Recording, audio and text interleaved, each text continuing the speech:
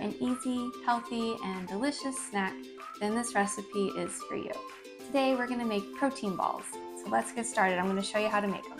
You want some quick oats, some honey, peanut butter, hemp hearts, some chocolate chips.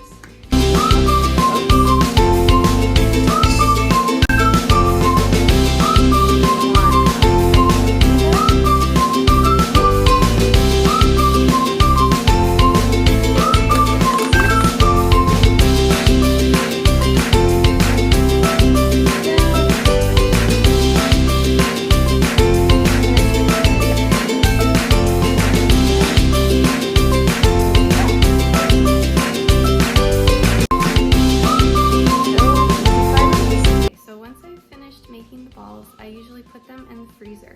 If you want more healthy recipes like this, make sure you subscribe so you can watch my next video. Bye!